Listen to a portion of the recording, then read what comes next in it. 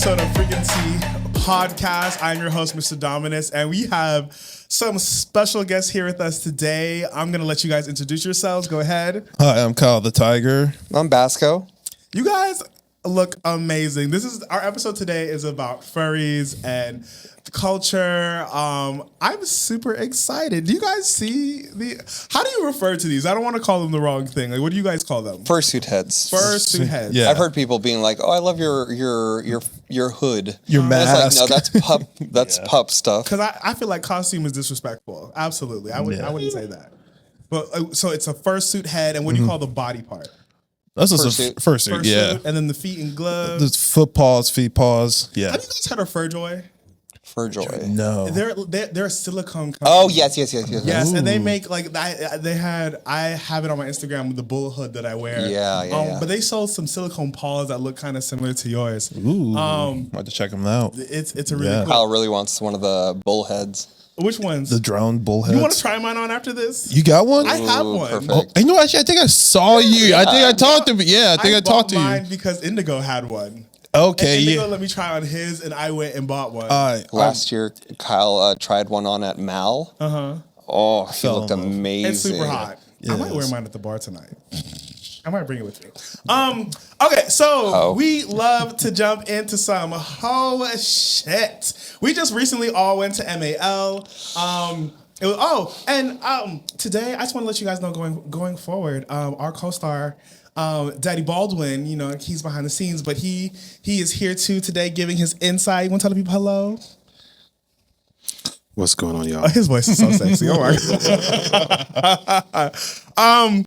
But yes, I'm super excited to have you guys here today. But yes, we recently all decided, I feel like everyone's coming down off of MAL. How is MAL for you guys? It was great. We didn't stay there, though we would have loved to. I think next year, we will want to stay at the hotel. Though it might be in Philly. Yeah, I heard it's going to be in Philly next year. There's like rumors about that. MAL's moving to Philly? That's what That was a rumor. I have no idea. That it might move to Philly. You know, that wouldn't surprise me because with everything that's been going on with MAL, it's like the hotel's gotten a little stricter every year. And I think I don't want to put it out into existence. They might be done with the shenanigans and seeing all them naked ass men in the lobby. they might be, which is crazy because I like seeing it. And I mean, they pay their money. We show up, we show out. You know, the bills get paid. The Hyatt makes lots of money. I don't imagine there's like too much stuff going on there. That's like, wow, like we can't have these people here. Were you in the stairwells? Yeah. People are pretty good about it. Like, even were you up to something? Were you the cause? I didn't do nothing in the stairwells, but I definitely was in the stairwells as I was going from floor to floor. I was on the 11th floor. I was on my Line Brothers, and we were walking because you know the elevators just take forever at the hotel, and we were walking down from the 11th to the 10th floor, and I was just like, if I felt like I was in an episode of Pose. Like it was just so much debauchery going on in I'm walking by and I'm like, oh. And I'm just watching everybody just, you know, bobbing head like they're bobbing for apples in the stairwell. It's fucking Disneyland for us. It's great. I love it. It's amazing. Magical place. It is the gay man's, you know, like you said, Disney many World. hot guys. I don't like roller coasters, so it's the water park for me because this is something slack. You telling us that you're wet? Sometimes, but it was a great time for me. What'd you guys get to do? So I think the first day we were there, we just hung around. We got there really late. Yeah, we did actually. Yeah, on Friday. Yeah, a buddy of ours was co-hosting the Flex Party. The Flex event. We went to the Flex Party. Yeah. Okay, you know, someone messaged me about the Flex Party. Tell us about it. Tell us. Like I don't know nothing about it. What is that? So I think it was an event where it's like muscle worship and people that either like super muscular or want to worship super muscular guys. The key word for that is called stenolagnia, is the kink of muscle worship, just so you guys know. Say that again? Stenolagnia. I did not know there was a word for it. I also didn't know the flagging thing was gold. For muscle worship is gold? Oh, I didn't know that either. I didn't know there was a kinky for it. Yeah, so Kyle, way later on in the night, like at 12 p.m. or something, or like midnight, Kyle was part of a Bicep contest. Yeah. Oh, what's the bicep contest? So they get 2 people, one like a random guy, and apparently they had like an IBF pro judge there. Yeah. Oh, I know him. What's his name? He's hot as fuck. I don't know, but Yes, he is. Give us his fucking number. His name. Yes. Yeah. He lives in like Midwest, like Philadelphia, or not Philadelphia. Is that Midwest? I forget where he lives, but he comes to New York because I met him at DMV Iron. He was working out. He came to visit 2 of my friends that live here. Is that where you work out? Every day. DMV Iron. I've heard a lot of things about that. That's a great gym. I've heard a lot of things about that place. But this bicep contest, so how'd it go? So it was those 2 guys blindfolded, and it was 3 rounds. They brought up like 3 guys each time. Yeah, and you could whoever just got up there first. And at first they just like feel it. They're blindfolded, so they're just feeling muscles.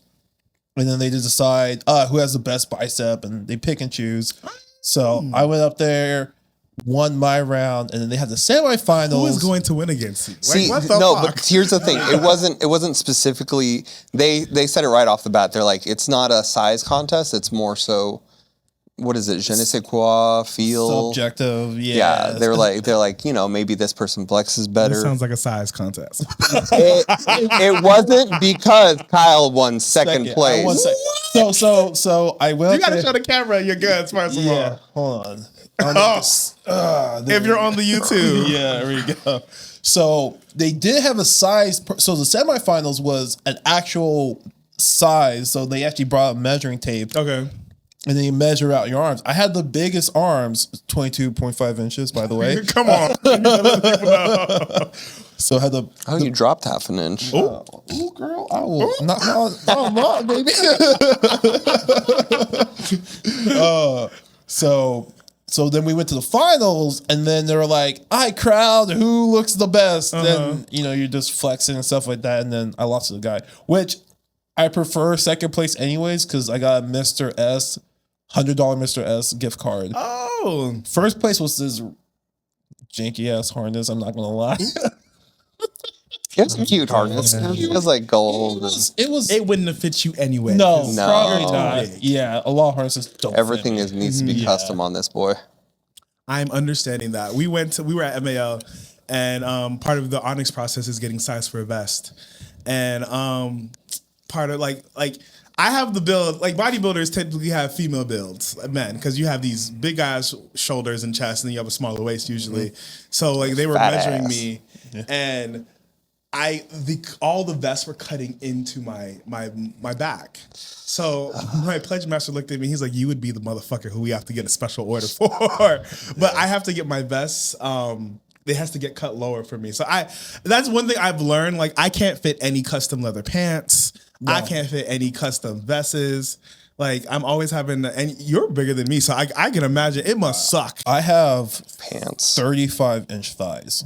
Like Jesus, yeah, I have thighs bigger than a lot of dudes. Oh, wow. Waist, yeah. Then they're you stay warm at night, don't you? Actually, a little too hot. Yeah, he pushes me. It gets kind of steamy. Yeah. Oh, that's how my husband is. When we go to bed at night, we always end up cuddling. And then the night ends up with like him pushing me the fuck off of you. Oh yeah, You're just irradiating heat box, and he pushes me off. Well, that's good. So what else happened? I heard a little bit about what happened at the flex thing. Apparently there was a dark room in a heated. There was. It was empty when we checked it out. Yeah, it was. It probably popped off after the party because it was People like it was packed as fuck. You made a lot of guys horny. Yeah. It was packed as Yeah. You better speak about your man, period. Yeah, that's true though. I just do that to people, right? So it was packed as fuck, but I think as soon as the flex party was gone, I think everyone either went to the dark room or just left. And meanwhile we went home. Yeah. We were there all day, so We were tired. We're like, I was asking. I think his name is Wolf Dominus. There's another Dominus. Pup Cortez. He's. Oh yeah. Oh. And he was telling me about it. He was just like, so we had a dark room because it's at one of the old bars that got bought out, Shakers. Yeah. Yes. It's like Shaky Key or something. And they were like, we had a dark room. I'm like, where did you have a dark room? And they're like, we had a tent outside. I said, in the cold? And he's like, well, we had heaters out there. I was like, oh, the struggles that gay men go through. It wasn't even like like I walked in there. Mm-hmm. They had like 2 chairs, a couple stools, and that was it. Like, that's all they need. Like, okay, the little tables to put your drinks and your lube down. Yeah, it wasn't look, really much. Gay men, they are not high maintenance. Floors, unless you have some. They're not. Pads. When it comes to dark rooms, okay, there you go. When it comes to dark rooms, give a man a dark space. You know, a little thing to put his. Shout out to Hetero. Yes. Okay. Hetero. We definitely had our party last night. I'll get into that. That was actually really fun.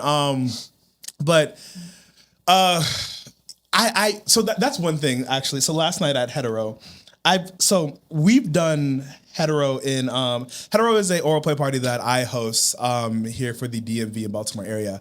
So basically it's for side enthusiasts. And I noticed like the culture between DC and the culture between Baltimore is very different. How so? So Baltimore is very like it's not the gay presence in Baltimore is not as openly sex forward as DC is. Yep. And so we went to Baltimore and we had I had some really nice glory holes just built, right? And I positioned the glory holes. I had like this little star in the middle, and then I had like 2 glory holes off on the side. And it's this giant room. Have you guys been to the upstairs Baltimore, right? Yes. So like at the very back at the very top, that's where we had the long, room we had. Girl, I can't see shit in there. But it was well lit. We had nice. Okay. We had a little bit of fall. I was in the mood. I was getting the girls ready, to do their little guacking, and glug. all of them position themselves behind like these 2 glory holes. And I'm like, I tell everyone, you have this entire room. You could literally lay back on the goddamn bar and get your dick sucked if that's what you want to do. But it's like they will get into the smallest corner of the room just to be sexual. Now, DC, do you remember Sausage Party, the movie? Yeah. Do you remember the end scene of Sausage Party? Yeah, Everybody was everyone remembers. all over the place. We hosted it at the DC Eagle here in town. When I tell you, it was a glorious scene.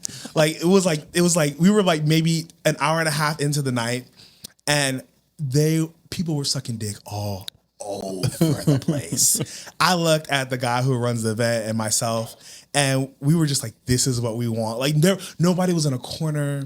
Nobody was like dog. Everybody like there was this one dude ordering a drink and getting a blowjob at the same time. That's hot. Like, that's what kind of people are leaned up against the wall, just going at it. Like like every direction you could look at, somebody was blowing somebody or fucking. And DC has this very like sex positive like fluidity of just I'm gonna do what I want to do. Baltimore is like, I don't want you to see what I'm doing, but I'm gonna do it in the dark. And we're trying to change that because I walk around, I try and make sure people feel welcome. Yeah. But it's like in Baltimore, and it's not the Eagle. It's just I feel like it's the culture of the city. It's just like a bunch of DL trade. Oh shit ton of okay. But say that again. It's a whole bunch of what? DL trade. It's a shit ton of it. And it's like they only want to do things. They don't want to be seen too much. But don't kiss me, don't touch me. None of it. Don't grab my ass. Don't touch my nipples. Like you're here for insertion and then done. Yeah. Get out of here. I'm not with that, but if this is what you're for, I still want to foster an area for you to be able to come do it. Just do it freely. Like own your freak. Own your sexuality, own who you are. There's this one old guy, older man. I don't want to age him like that. But he's a skinny guy, but he's got fucking cock in between his legs. He's this big old fucking, big dick, skinny guy, older guy. And he comes in there and he's just really nice. And so I saw him, he's been to like the last 3 Hetero events.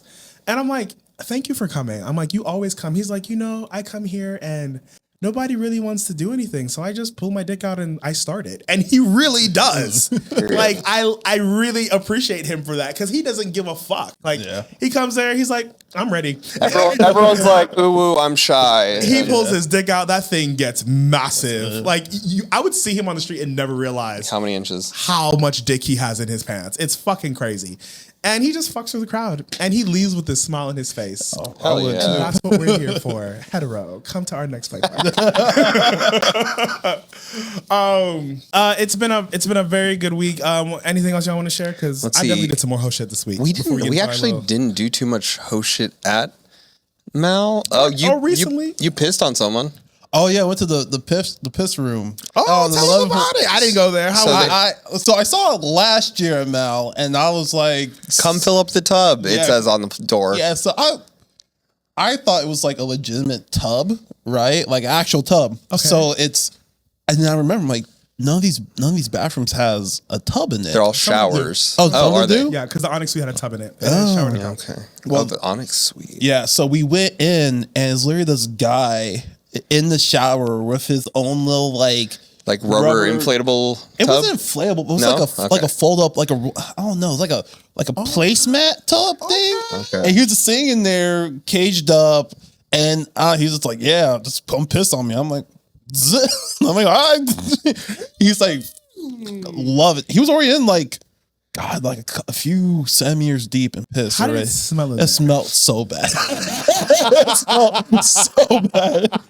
It smelled like what you imagine a piss room to smell like. Yeah.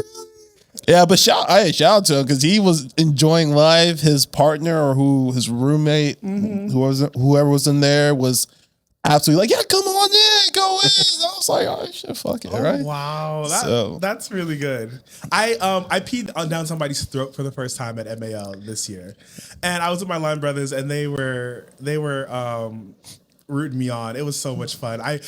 We were knocking on the door, because my dad didn't give me some protocols for the weekend, so I was there, and it was one of the few things I got to do. So we went. I knocked on the door and it said like urinal, and I'm like, I really want to try this. And this man was sitting there on his knees, and he's like, just pee down my throat. I'm here to swallow. And I was like, okay. And I was like a little schoolgirl. Like I put my dick in his mouth, and I was just like, oh my god, this is happening. Did you unlock a new kink now?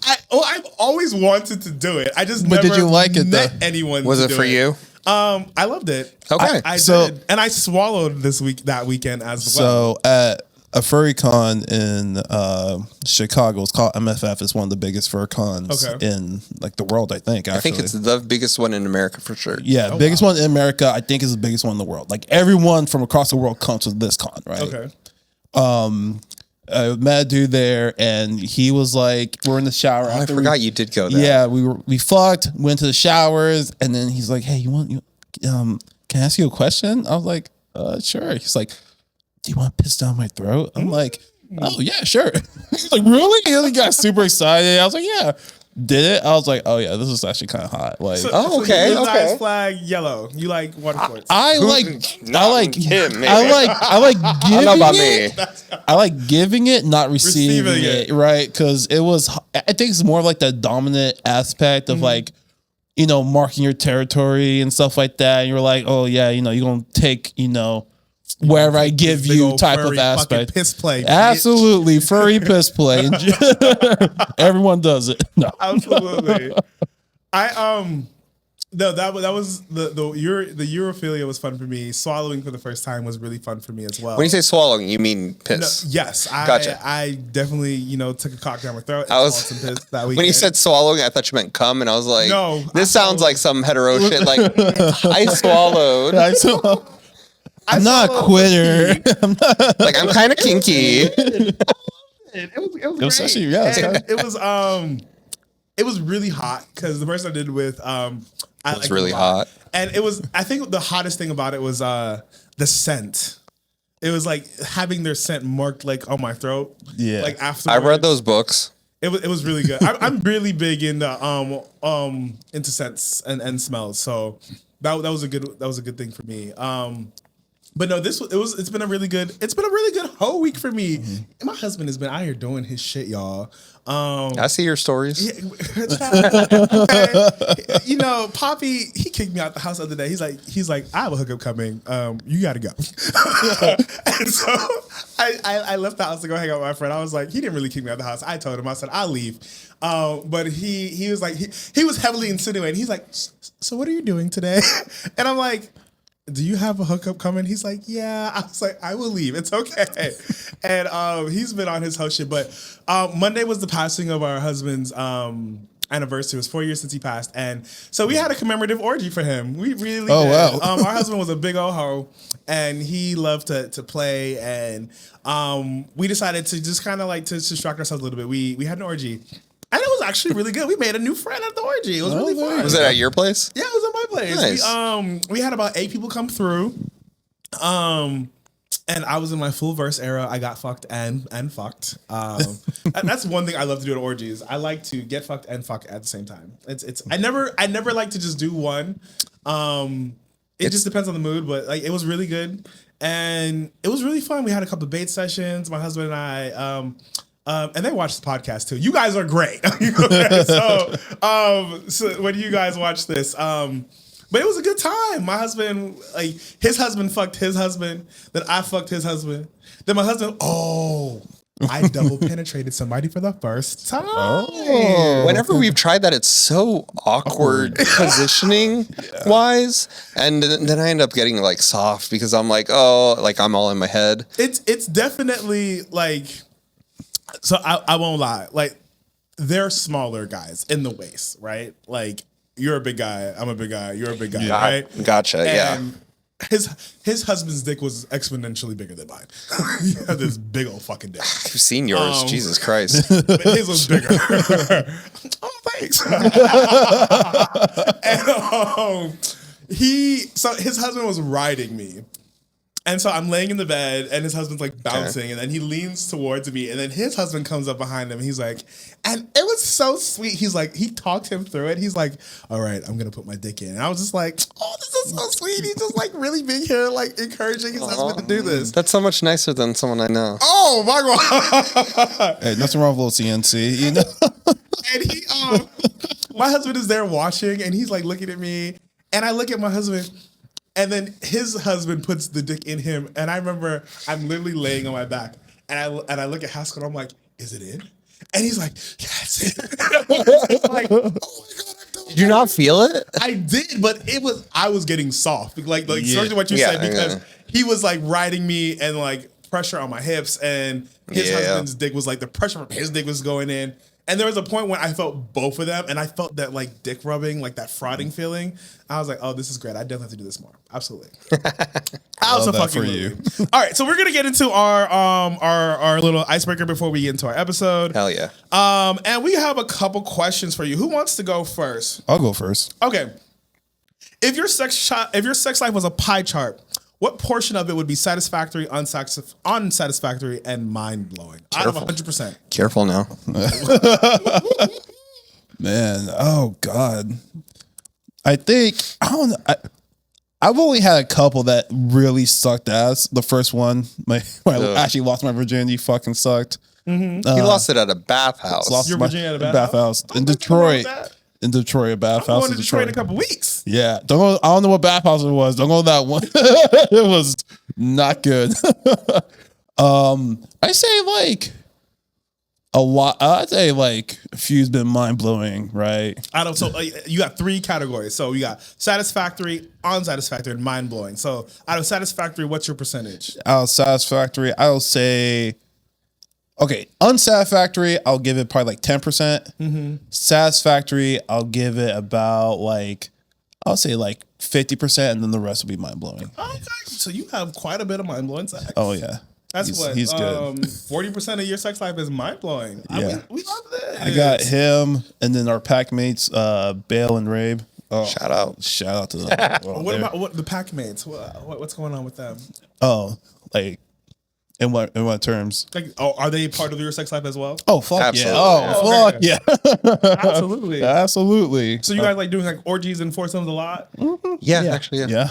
Oh, Yeah, wow. we got an Alaskan King for that reason. Yeah. Oh wow! I haven't had a good foursome in a minute. Well, I mean, I don't really count the orgy like a foursome, like specifically 4 people. It's been a minute. My husband. So when we were a throuple, we used to do them every now and again, but it was just so hard finding somebody to get fucked by all 3 of us. Yeah. Oh God. In Yeah. Augusta, Georgia, that was a other thing. We have our pup.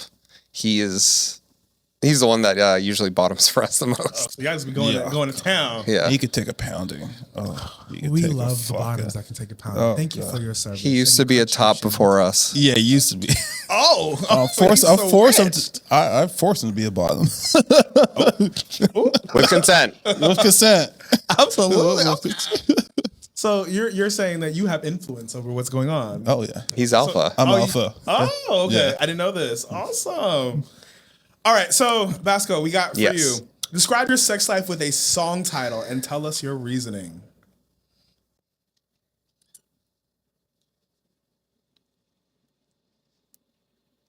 Shit, I don't know.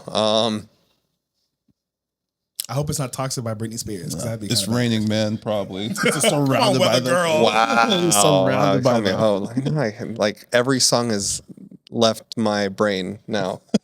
Fuck. Yeah, open up your Spotify playlist. And possibly should. You know, I'm not even gonna lie to you. That's a little bit of a hard question.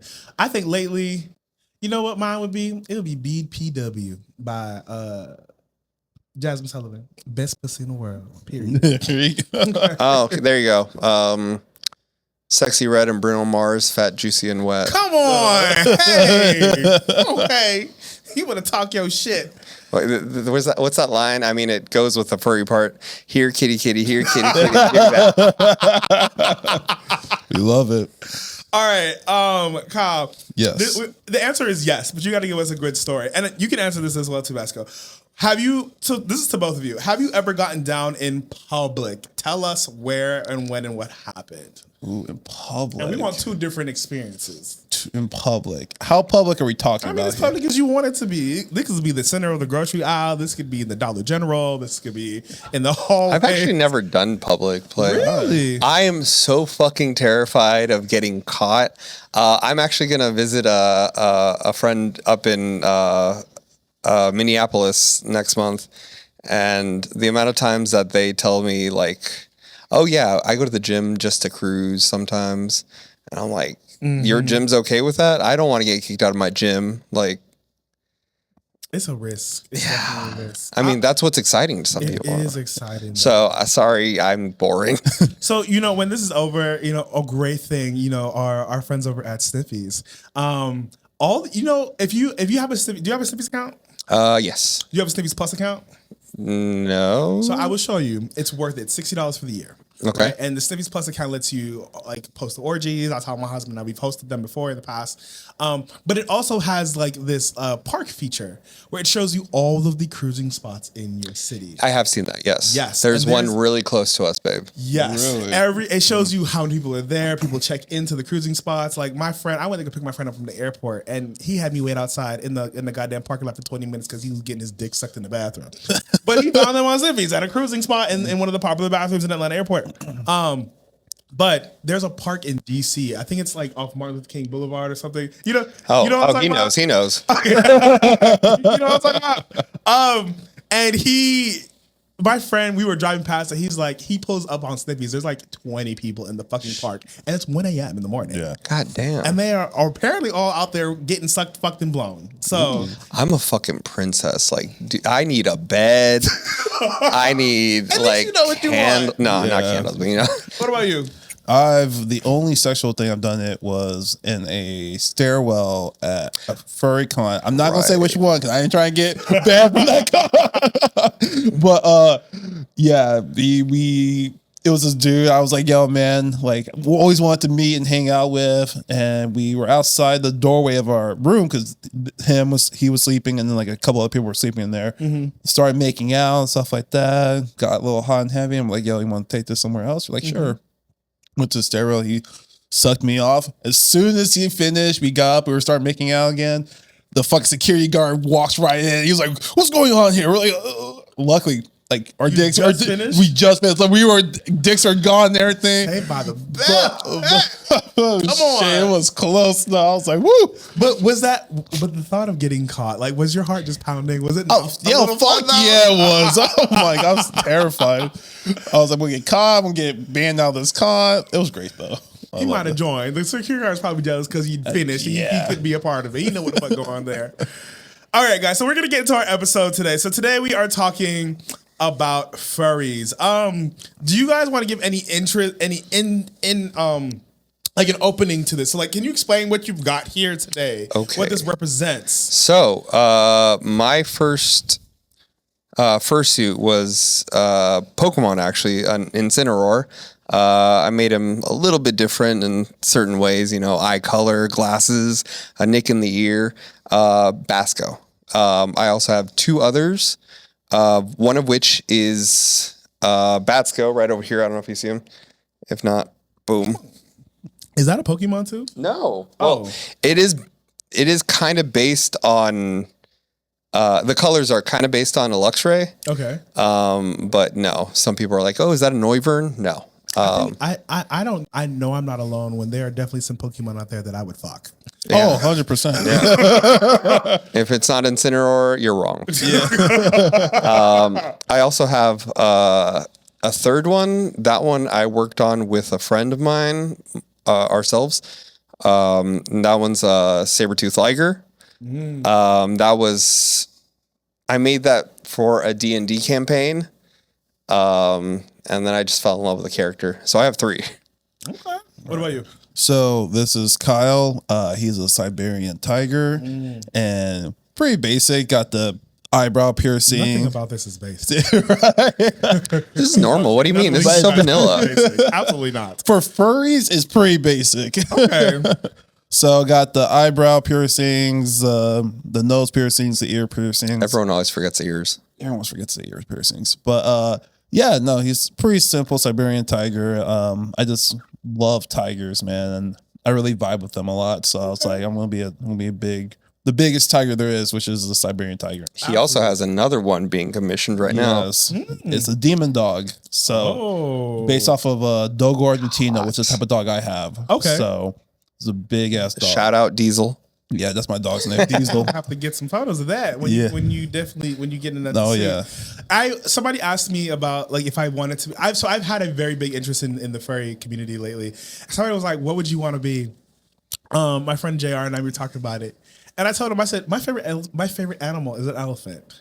Oh, shut up. I don't know. Loves elephants. I'm obsessed with elephants. But I was like, I don't know how. And so he's been sending me these caricatures of like elephant like fandom porn, and it's so fucking hot. It's the hottest. Yeah. Like I wear the bull mask, and a lot of my friends are just like, "Oh, you would look good as a bull," and I'm like, "Yeah, I get it." Bulls, but I feel like the bull is done by a lot of people. Yes. I was like, if I could find a way to be an elephant, I definitely. I will help you with that. I swear. I would love to be an elephant. I don't I think am I've ever so seen- horny for elephants. Yeah, I don't think I've ever seen an elephant fursuit. I don't think I've seen a few. be Some first. of them are more caricature-y, more like cartoony. But I would like to see one that's more. thirsty. Yeah. Some big old like tusk. I don't know where I would put because I love my nose ring. So I'm just like, where would my nose ring go on an elephant? At the end of the trunk. trunk. Of the trunk. Yeah. Yeah. Oh, that'd be kind of hot. Yeah. Oh, Bitch, I'm gonna help you. I'm gonna help you. Don't worry. I got I'm getting my mind flowing. All right, so for you guys, how do most people find their way into the furry community? And give us your story as well. art usually, I would say, because I mean, who hasn't seen art, like all the furry art, but also media, like the amount of media that has like furry characters or anthropomorphic characters. Robin Hood, Zootopia. It's a lot of actually. Robin Hood's probably like the old school, like furry awakening for a lot of people. Digimon, Pokemon. For me, it was Digimon, Zootomon. So tell me the story. You were watching Digimon. What was your story of coming into it? I mean, just seeing these large furry men, like you see, like Leomon and Wergarurumon, and they're just they ooze sexuality. Yeah. Just like so horny. And Whether or not they meant to, they absolutely meant to. It's just horny. What about you? Mine was actually World of Warcraft. Oh, right. Yeah. You know, I'm not gonna lie to you. The new remake that they made, them orgs, they could fucking run The train orcs, on. the Taurens. Oh, yeah, I'm a monster fucker too. So oh my god, most of the things in there, I'm like, fuck yeah. Like, I remember just playing it, and then because you could like take off like their shirts off and stuff like that, and I was seeing them. I'm just like without their shirts, and they got like their little like tighty whities on. You're just like, oh, their big legs. You're just like, oh, How about their feet? oh fuck yeah. Are you guys like feet enthusiasts too? Really? I am absolutely. Oh wow. What about you? I'm not a big feet person, but I will let him indulge in mine. So you know, I have a friend in San Diego, and he's not into furries, but he's into like caricaturized, like oversized, muscular men. And one of the things that like when I got to know him a little more, he showed me he likes feet, and he would have AI like draw these like muscle gigantic feet. And I didn't yuck his yum. I was like, this is my thing, but it was really hot. There's something about feet being very grounding, and it's you know from the bottom up, and I kind of understood it, but I've never met another person who was like really into like the big feet. Really? I like I met people into feet. Okay. But like big feet. Like I haven't big, met big. anyone like that. I mean, He likes mine, and I have tiny fucking feet. I like all size, but like in like the furry fandom, there's a type of kink called macro, where these guys are like huge, like built like bigger than buildings and stuff like that. Yes. Usually they're stepping on things and stuff like that. Like, oh yeah, those are hot. I've too, seen so. those like on porn websites, and Yeah. it's fucking like rainfall. Like, Yeah, Yeah, like like an ocean of cum just the city's covering. drowning. So, what does community actually look like in furry spaces beyond the conventions and the suits? So a lot of the times is a big thing is like VR chat is really big for the furry fandom and stuff like that, especially with like when COVID happened, there wasn't really like you couldn't go anywhere, right? Like you weren't able to like go to like these in-person events. So VR chat communities too, or like just like online media and stuff like that is very popular. Like Twitter, Blue Sky, and all that. Telegram, it's a bunch yeah. of group chats on I don't Telegram. know if you know Telegram. Furries Yeah, run yeah. Telegram. Okay. That's how we was getting the dick on at MAO. It was Telegram, baby. Really? Yeah. It was in Telegram. shit, Okay. okay. It was on there. Absolutely. Yeah, every furry has a Telegram. Damn near, yeah. So, the meetups. I know we talked about this earlier in the week. So, you know, like the leather enthusiasts, we have our leather nights and bar nights, but I don't see like those are typically, a thing for furries. Really? So like I noticed you guys have your conventions. It's like I see like the furry things that I've seen online and social media. It's like when you guys have like meetups, they're like gigantic meetups. Yeah. So the conventions are like the big meetups, but there are smaller meetups. There's actually one that are Here in DC, our buddy Martin, he hosts one at Pictures. Yeah. Pictures. Oh, okay. Yeah. And You heard they're closing, right? are Really? they? Yes, I saw it today. Pictures. Oh, is closing. damn. I got Maybe that. that- Yeah. Maybe they might have another place, but we went to one. They were hosting it during Mal. Yeah. We got there like right as it was closing though, so we're like, oh well. But it looked fun. Like you saw a bunch of people in their fursuits and whatnot. So for the young person who has never been to a fur-con or convention, someone they're attending for the first time, they walk in. What am I expecting? What am I going to see? What should I be prepared for? So what you're expecting to see, honestly, you just probably see like when you first walk in, there's a bunch of people just talking in fursuits and stuff like that, going to like either panels, the dealer's den and stuff like that. What to expect is, and we were talking about this a little bit before, it's just like, it's not as, there's this whole like conception when you're in the furry fandom that like is welcoming, which it's a welcoming community, but like they think that people are going to like coddle you and then like bring you in and like, oh, you're part of us now. And it's not really like that, right? It's actually very clicky. It's very Let's get into clicky. it. Talk about it. Oh yeah, the clicks. Oh, dude, there's like it's one of those things like if you know, right? Like you're not just gonna go in and just be with a bunch of group of people and then expect to, like them to be like, oh hey, like you're our new friend now. Unless you're like you put all your stats into charisma. Yeah. Because I mean, the more charismatic you are, you can get You can so talk to anyone. Would you say like when it comes to one of the things that, excuse me, when we did our episode with the pup, and he was telling us like the anonymity between, the mask and be able to hide a little bit if that's what you want. Are there is there a type of like a desired body type when it comes to being a furry? Like, gay men, like certain crowds have things that they're interested in, right? Like, but you guys have your suits. So I'm just like, what is like the stigma between desirable furries and undesirable furries in your community, body wise? I think it's the same as like any gay community, like the pups and whatnot. Like, the more muscular you are, the more desired you are.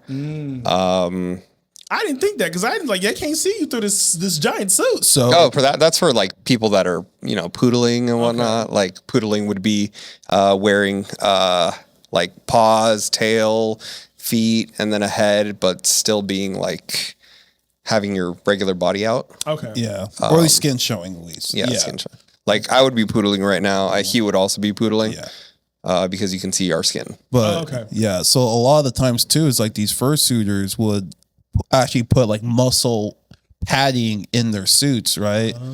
So they give that illusion. So like, like you can't see the muscle underneath it, but like they know like, oh, muscle suits, really get the attention for a lot of these people and stuff like that. But for the most part, it just depends because you got like the people who are into like the chubby chasers, like the skinny guys. They like the femboys, the twinks. So it just depends on preference, I'd say. Yeah. So would you say that like the furry community is very LGBTQ positive? I know maybe 2 straight people in the furry community. Really? Yeah. So it's a very gay friendly. Oh, absolutely. I know there's some transphobia out there, but I think that's fairly furry community. Oh, I mean, there's transphobia everywhere. Of course, but even in the furry community, there's some transphobia and stuff like that. I've seen it online on Twitter before. So are there any like unspoken rules for being at a convention? Like things people should know if they don't know? It's kind of the same as cosplay, where cosplay isn't consent, fursuiting isn't consent. Like you can't just go up to someone and grab their stuff. You can't. Yeah, like don't come up to you and just grab your tail. Yeah, it happens a lot. Yeah, I would think it does. It happens quite a bit.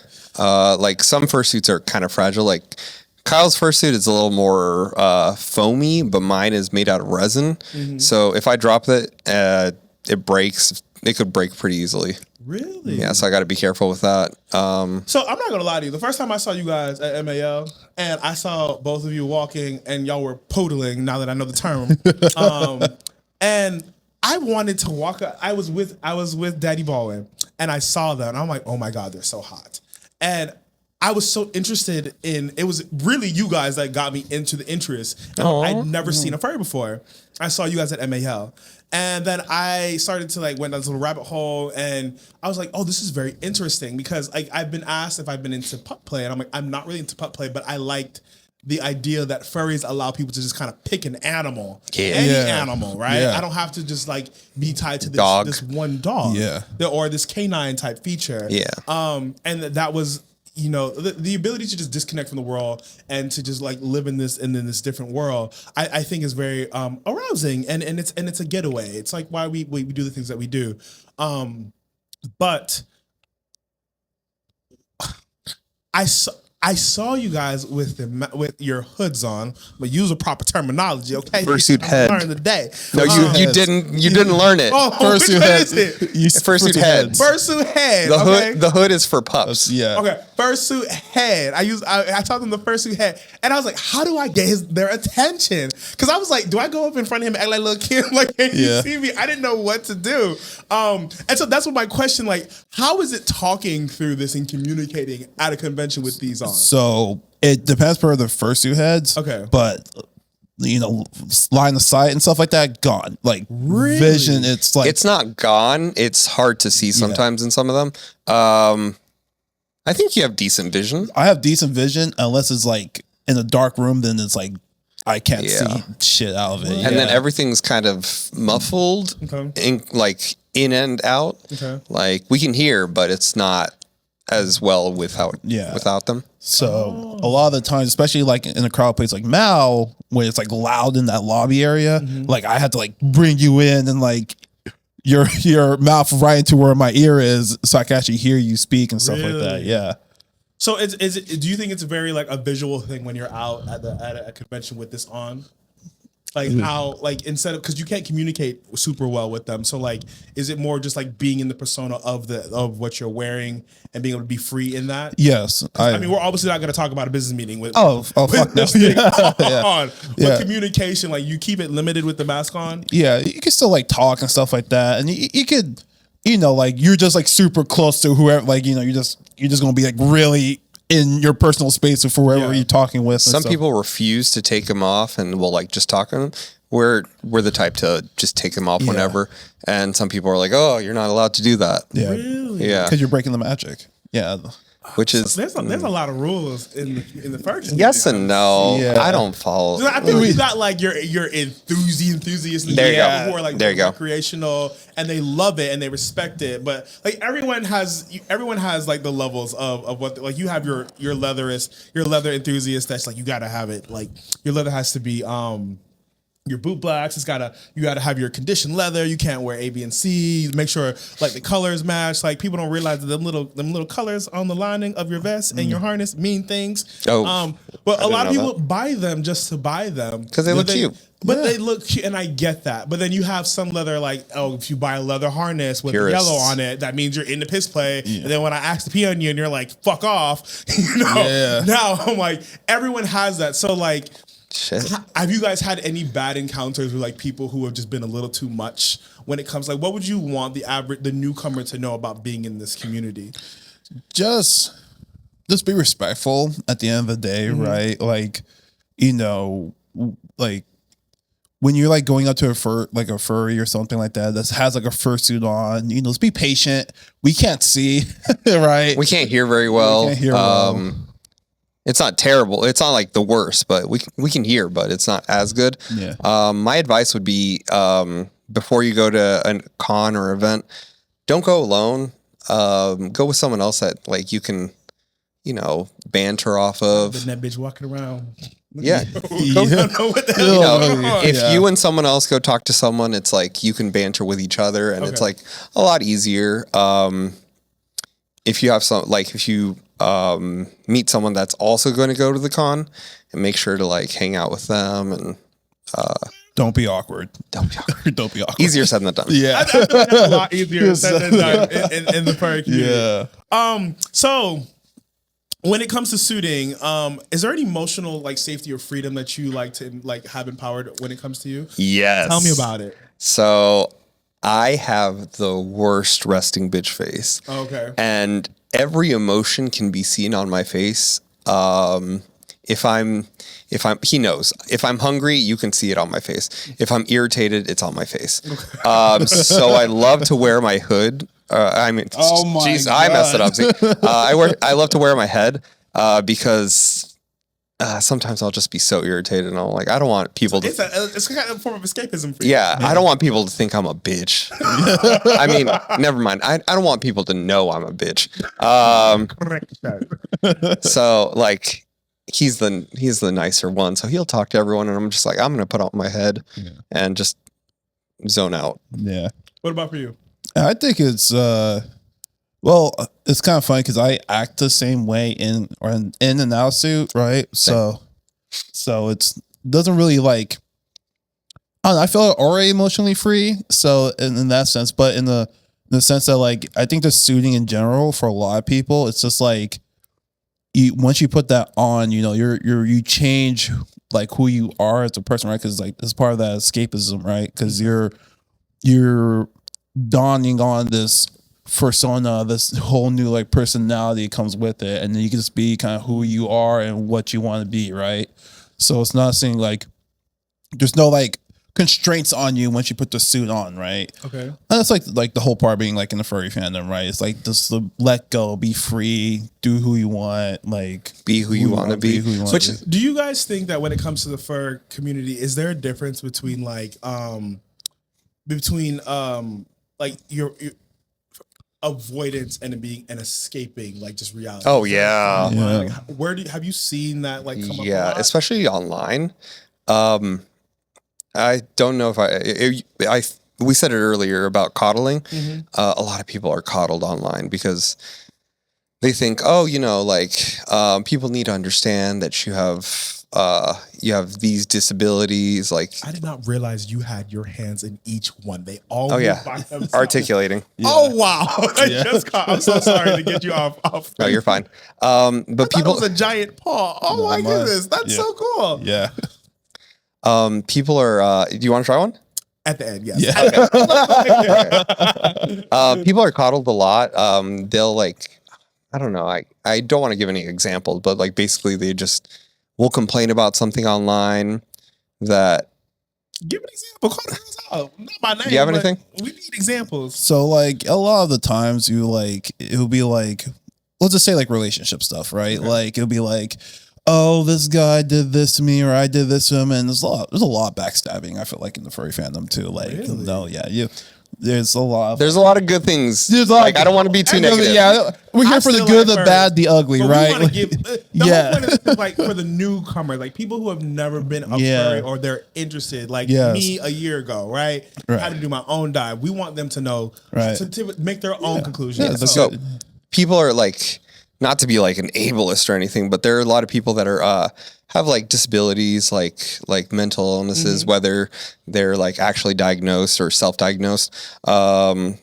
And people are like, oh, you need to be careful with what you say around them because they're autistic or they're ADHD or et cetera, et cetera, et cetera. And it's just like, well, no offense, but in the real world you can't really just be like, oh, we need to coddle them because of this. Yeah. Like in the real world, it's serious. Like, like the same people will be like, they'll say some shit and they'll be like, oh, but I'm like, I got this or I'm that. And I'm like, doesn't give you an excuse to be a dick, right? Like you can't just, hide behind that wall and stuff like that and saying like, oh, well, this is fine.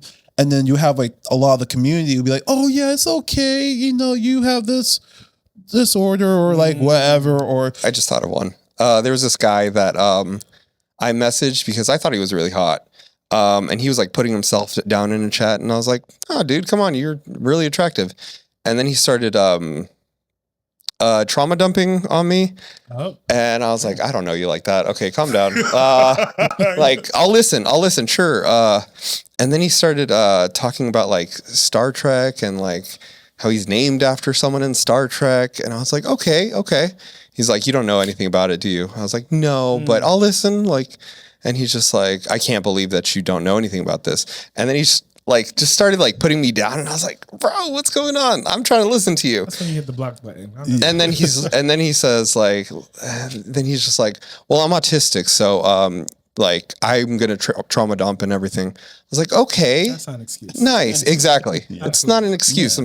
He's like, you must not know many autistic people in your life. I was like, I do, but this is a lot. So you think some people use like being a furry to be able to just like offset. Yeah. And to just. It's like, I'm not a terrible person. I have autism. Yeah, but then because they know the furry fandom, we're very welcoming in the sense that like everything's okay. Because there's a lot of people in the fandom that are, neurodivergent and stuff like that. Neurodivergent, sorry.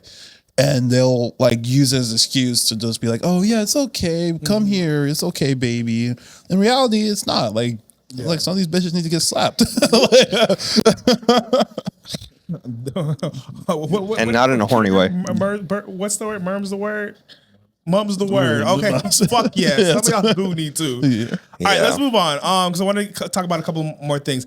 Let's talk about furry family dynamics. So let's talk about your family dynamics. So one of the things that like I always try to like find similarities in different things. Like I know the pup community, and y'all are not pups. I like y'all a little bit more. I'm not gonna lie.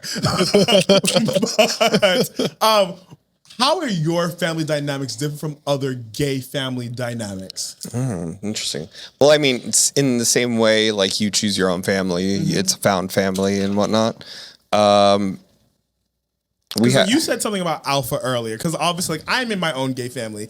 Like, we have dads and moms and brothers and sisters, but you guys obviously are calling them different things. Yeah, we're in a pack. So you do have the similarity to pup life of the pack. Yes, okay. I mean, I don't know if it's common or anything. We kind of just coined that ourselves. We were like, oh, like this is what it feels like. He said it's mine, it's his, and it belongs. Yeah. No, not like that. Please. But we just found like people that we just really vibe with, that they're like, Kyle says it all the time, they're our ride or dies, and they're the people that we like to spend time with the most. And one of them moved in, the other one's gonna move in probably next year. Oh, so you guys have like a family house. Yeah. Oh wow. Okay, so let's get into it, because I think this is very important to understand. So you guys, this is a form of polyamory. No. Okay. Yeah, it's complicated. It's complicated. Let's understand this. So we're not necessarily polyamorous, and in the sense that like me and him are together. Yeah. Okay. And it'd be kind of, it'd be a lot. Like when I think of polyamory, I think everyone needs to be like equal love, equal share. Like not necessarily. No. Okay. No. Okay. Well, misconception on my part. Yeah. But like when I think of there are forms of poly that are that way. Okay. Then you have hierarchy polyamory as well. People practice it in different ways. Yeah, because when I think of polyamory, I think everyone needs to be into each other equally, which we are, but well, not equal. It's complicated. How'd you? Yeah, it's. So let's not focus on the poly part. I want you to focus on your family dynamic. How do you build it?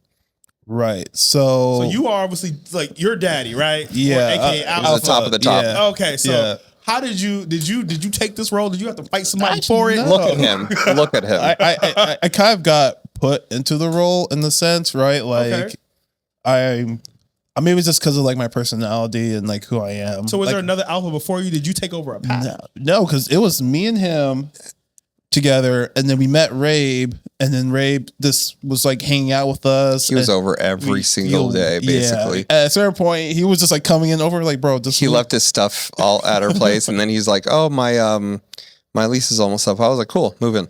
Yeah, yeah, so and yeah, we just it kind of just like evolved into that, and then Bale, our other pack mate, was like, I met him online on Blue Sky, and we were talking, and we were just like, very rarely will we find someone that we all are into. Sexually speaking? Yes. Okay. Very, like sometimes it'll be like, oh, two people like him, or he showed me Bale, and I was like, who is this? Okay. And then we showed him to Rabe, and he's just like, who is this? And we're like, you already followed. Three of you were into this one. Yeah.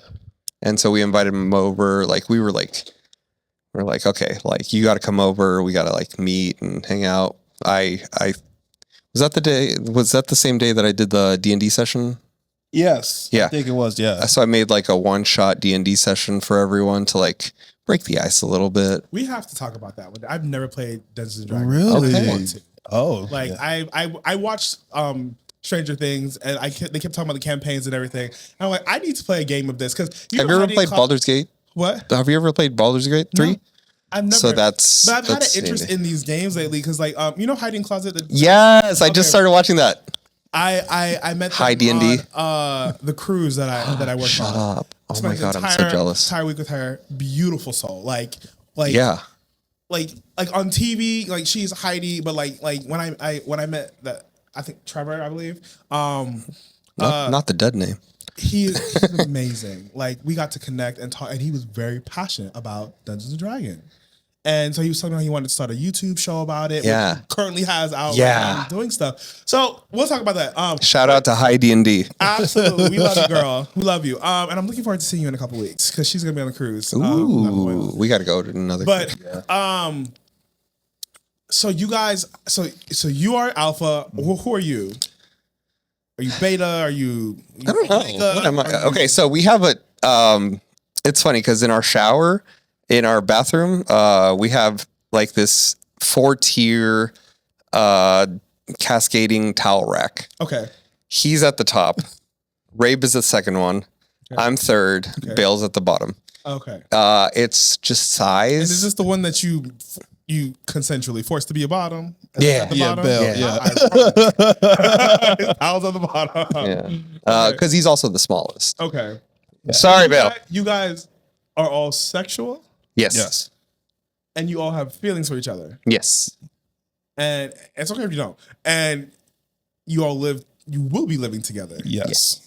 This is sounding a little bit like polyamory. Yeah, but we don't want to be controlling of like 100%. And I get it. The great thing about poly life, and I'm not pushing this agenda on you. Yeah. You guys are doing what you want to do, and that's all that works for you, and that's the most important thing. And I love, like, this is your pack, obviously, right? Yeah. This is your pack, and it is working for you, and I love that you guys have found something that you can call your own. Yeah. And I totally understand that not wanting to put a label on it, but is this common as furries for people to find these things? I don't know if it is, honestly. Because the dynamic you're telling me about, I've seen plenty of poly things, pups, pups, like they have dynamic. Like I saw when I used to live in Georgia, I knew this pup family. They were 10 deep.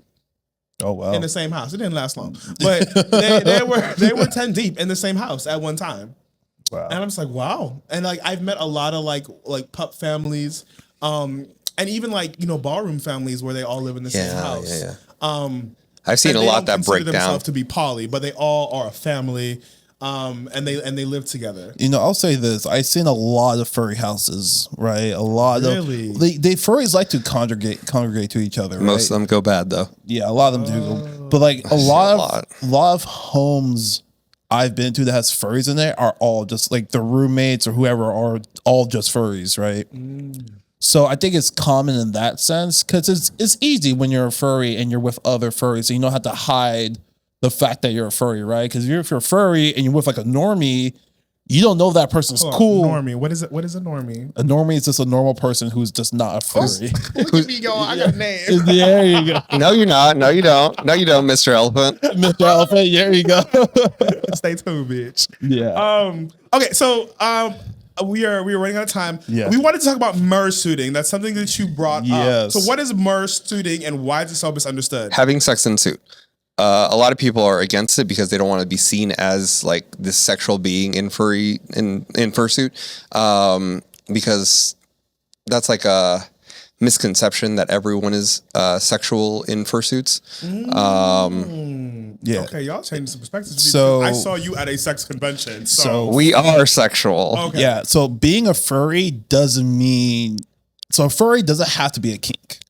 Right. So there's actually a lot of safe for work furries out there who use them more as like a cosplay or in a sense of just true escapism, where they just show up, be cute, be like, ooh, like all that stuff. There's this convention, AC Anthrocon in Pittsburgh, that is very family friendly. I call it the Sesame Street Con because it's bring kids there too. There's so many kids that go and like they have their own pursuits. Somebody's tail in Sesame Street. But yeah, not everyone is into that sort of stuff. There's a lot of people that will kink shame mursuiters. I remember a few years back there was like a blacklist. You said that the kink the fur community is mostly a lot of gay men. Yeah, and there's a lot of furries that are kink shaming. Yes. People. Yeah. Gay? Really? Yes. It's a lot of moving parts in the furry fandom. Very judgmental. We might need part two. You might need a part two. Okay. It's the rabbit hole I think I told you this before. The rabbit hole goes deep with the furry fandom. Like there's a lot of subsections and it goes way overboard. We could have like a whole like college course on like the furry fandom. It's wow. Yeah. Okay. The importance. So, do you guys believe that it's okay to have sex in your suits? Absolutely. I've done it before.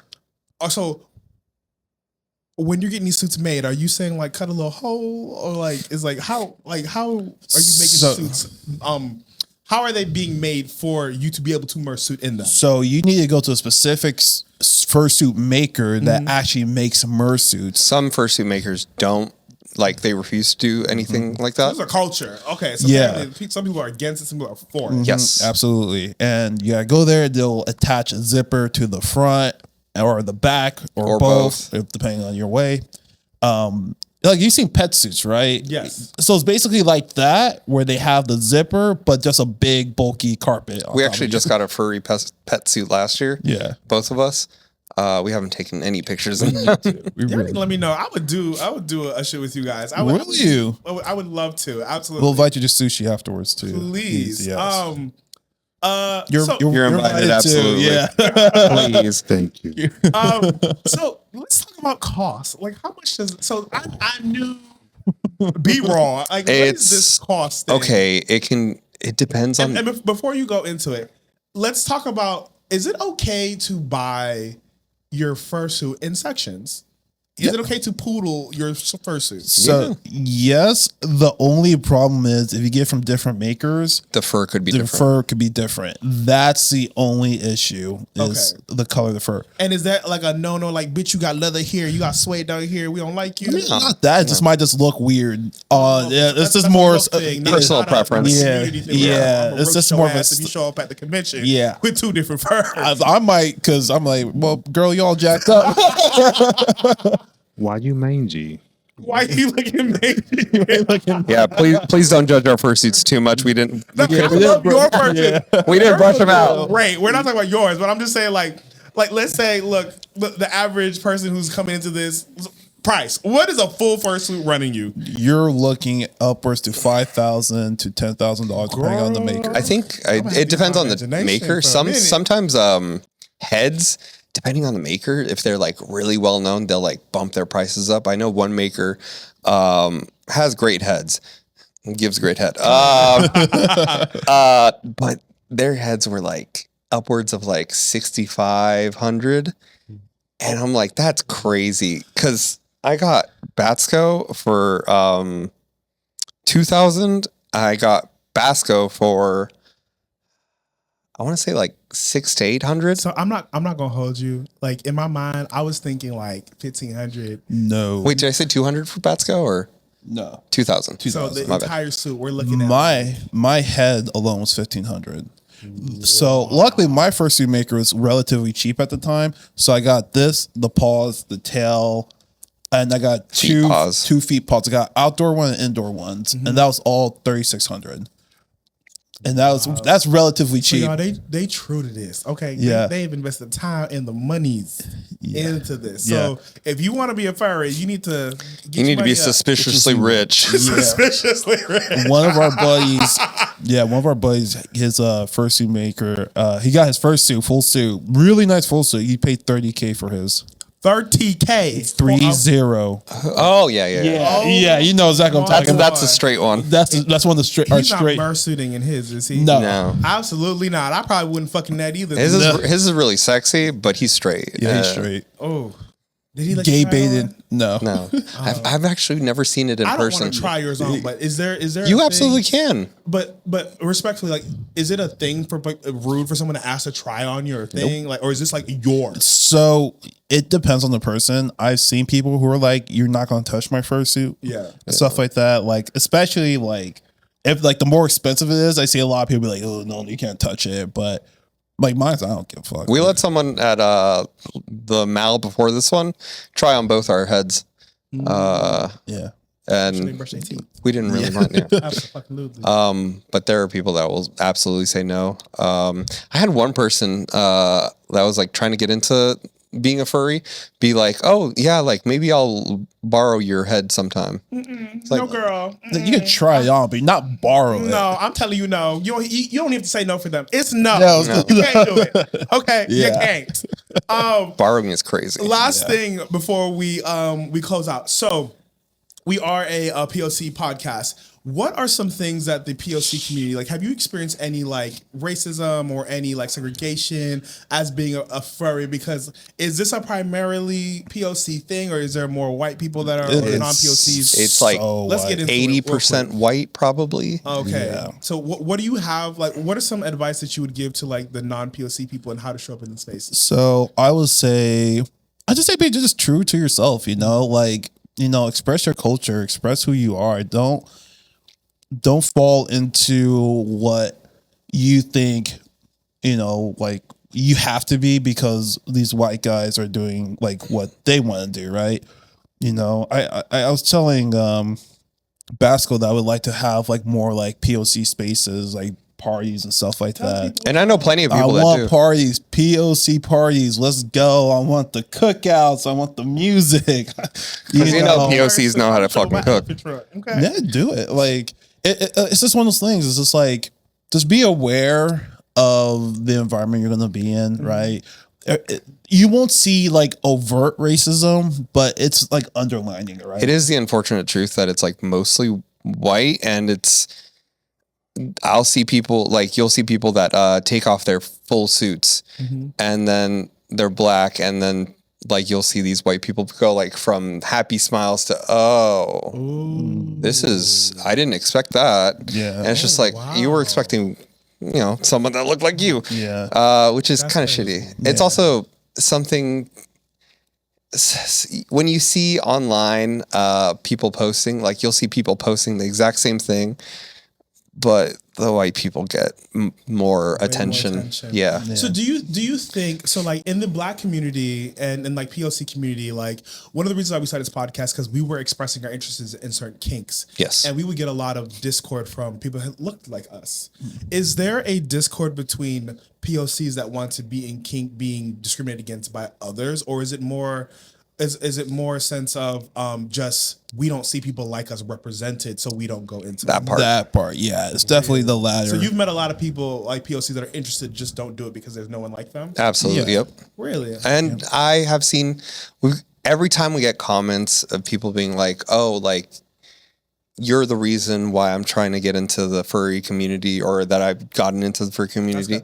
Every time, it's like it's so nice. Yeah, a few Black people like came up to me like, "Yeah, you're the reason why I'm so open and want to go into the community," because they're like, I think I mentioned before. I think I'm like one of the top like POC like furry content creators out there, right? Because I was thinking about it on the drive here, and I was talking to them like, "Do you know?" I can't think of anyone that has that has a bigger following than me. That's a person of color, yeah. And I had a bunch of them come up to me like you know online, like, either like TikTok, Twitter, Telegram, wherever, and they'll be like, "Yeah, you're the reason why I like decide to like be comfortable to like step out and like." We love this. Yeah, absolutely. especially when you're like in this environment that's full of white people and stuff like that, which is nothing wrong, but it's like you're not represented. Yeah, you want. Yeah, and there are sometimes POC parties. We have a friend, Aquario. He usually hosts like these, like at FWA or something. It'll be like a POC party. And it's great to just have great music, just the community, and seeing people that look like you. Yeah. So do you think that there would be a backlash or divide in the furry community if they saw more people that look like you trying to enter? Honestly, fuck those people that do. Yeah. I love a little. I love a little. What's the word? Confrontation. Drama. Okay, I love showing where I'm not welcome when it comes to kink maybe. Stand out. But also, I would love to see someone try to say shit to us. Yeah, right. Because we go down. I like that you guys stand strong and firm in your ability to be present in a place where you're typically not wanted. And we'll defend that shit too if we see that sort of thing. And the community needs people like you. The average viewer needs to see you. They do. And it's very encouraging. I'm very happy for you guys, and I'm glad that you guys decided to come and be on this episode. Thank you. Because I hope some furries see this today, or people who are into the furry community and understand that you can do this too. Absolutely. And I'm gonna go down my little elephant row. We're gonna have a talk. We're gonna have a serious talk. 'Cause I have questions. I am so serious. I will help you. Like we will I will definitely fucking document this journey. I'll get you some artists. I want to be an elephant. I definitely do. I don't want to be a bull. It would either be, the other animal I'm very aroused by, hippos. Hippo. Okay. Now that's I haven't seen. I am very aroused. I've seen some caricatured hippos that look like I like big dudes. Like that's just me. Yeah, that's fair. I don't think that's just you. Just giant animals and are the ones that I like typically find very attractive. In caricatured in character moments. So I'll show you some elephant art. We're going to talk. I got I've you. seen some that's really hot, and they're never. I like the fact that the elephants are never like cut. Like they're all just like beefy, muscular power lifter build. Nope. Yeah. You know, never. Yes. And they have I thought you meant dicks. Like their trunks and their fucking The other cocks. trunks. Yeah. Literally. Okay, so let's give the people some advice. So for those people who are into mur-suiting, right? That's it, right? Yeah. We want your hoe tip for good sex in a furry suit. Let the people give us one from each of you. Make sure you have a suit that is easy to breathe in, because every time I fucking Basco, it's performative. Like it'll be like 5 minutes of thrusting, fucking, or whatever, and then you take it off and you're just like, no, it's hard to breathe. You're just like, oh. I was about to say, have the AC blast. That too. Have the Okay, AC. so we're not doing this outside. No. This is I mean, controlled unless ambient. it's like less than 50 degrees now. Yeah. Okay. And how So right now- lube, because we're obviously not getting lube on. Oh, these they're things. taking the hand paws off first. Hand paws are off but for they Mercy. they come on their suits. Absolutely. Oh yeah, people sometimes Yeah. because you wash them. You can wash Oh, you them. can throw this in the washing machine. Yeah. Well, not his. Mine I have to wash. I could toss mine in the washing machine. Just gentle, light spin. Yeah. We got that part too. Yeah. Definitely. Yeah. Because I would think I wouldn't want to come on this. Like to clean this. Yeah, you can wash it. There's a whole washing process. Painted in your suit. How does that happen? No, it hasn't, but I can see that. I've seen videos of it. People. That's gotta suck. You know what painting means, right, babe? Oh yeah. Of course, Okay. you better know what painting means. Yeah. So that would suck to happen in your suit. Yeah. Oh, I'd fight someone. Yeah. Yeah. I've seen videos of it. bitch, you gonna get this dry cleaned, okay? You're gonna. All right, I'll tell send you the people, bill. where they can find you on social media. I'm Tabasco on Twitter or X, whatever. Blue Sky Tabasco TEHBASCO. I'm one like the number Mojo Madness on Twitter, and I'm just Mojo Madness on Blue Sky, and then Instagram is One Mad Mojo. All right. One being spelled out ONE. Yeah. You guys, you're awesome. We're gonna definitely take some photos after this because this Absolutely. is super cool. I'm so glad you guys came here. The information is definitely warranted. It's needed. And we thank you guys for tuning into another episode of Frequency. I am your host, Mr. Dominus. I'm gonna be an elephant. We'll see you guys on our next episode. Bye, We'll guys. get them all together. Bye.